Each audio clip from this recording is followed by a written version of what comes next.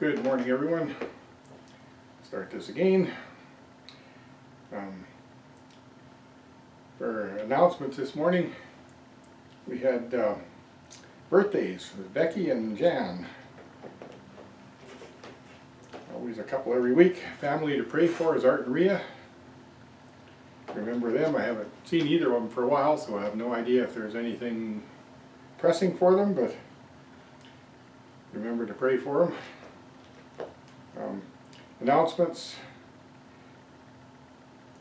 Tonight, March 6th at 6:30, we're going to have or 6 o'clock, sorry, from 6 o'clock, 6 to 7, we'll have a worship service at the church here, mostly just singing in scripture. Bring some dessert and everybody hangs out and has a great time. And our congregational meeting, March 28th at 6:30 p.m. Plan to attend that, please. And there'll also be an elders meeting on the 16th, March 16th at 7 p.m. So if you have any needs, prayer needs, or things you want to discuss or anything like that, show up at the meeting or phone one of us and we'll talk about it at the meeting. Planning to resume our Sunday morning services on the 20th, March 20th at 10:30 a.m. And Josh's place is taking a break, 17th and the 24th. And spring cleaning, April 30th at 8:30 a.m. Usual spring cleaning at the church. So it's always a good thing. I think that's about it for the announcements.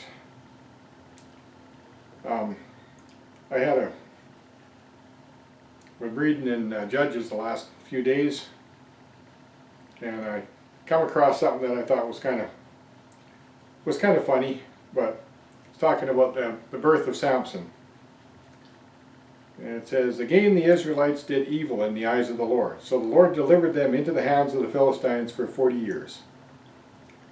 A certain man of Zorah named Manoah, from the clan of Danites, had a wife who was childless, unable to give birth. The angel of the Lord appeared to her and said, 'You are barren and childless, but you're going to become pregnant and give birth to a son.'"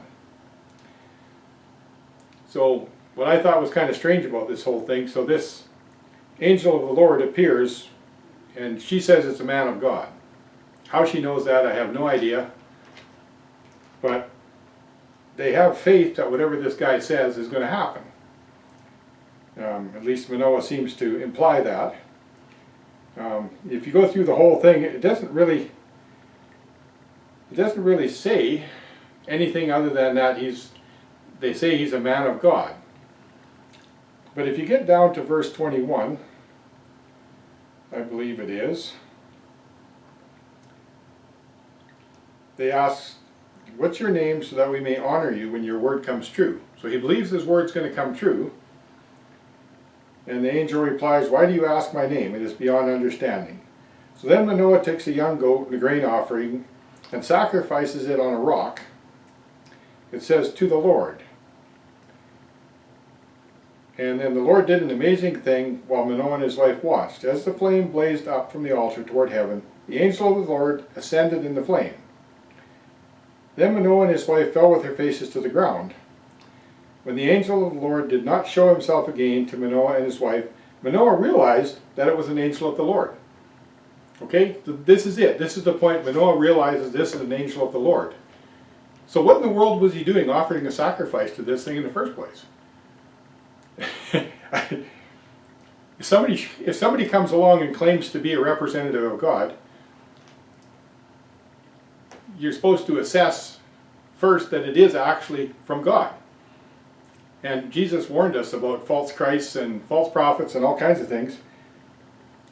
And so if somebody like an angel of the Lord shows up, the first thing you ask him is, who is king? And if he doesn't say Jesus, he's not the angel of the Lord.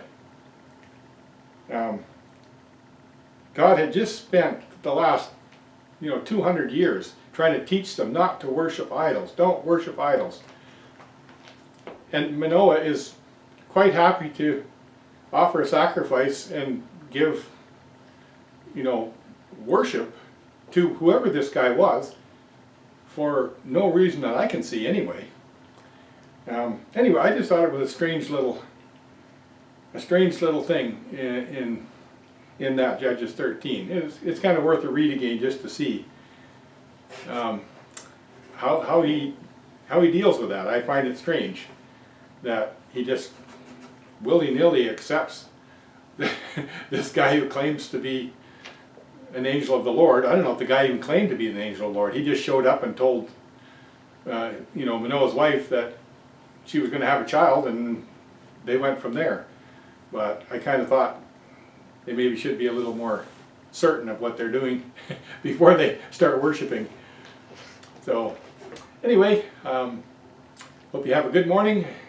Pass around prayer requests, and enjoy meeting together.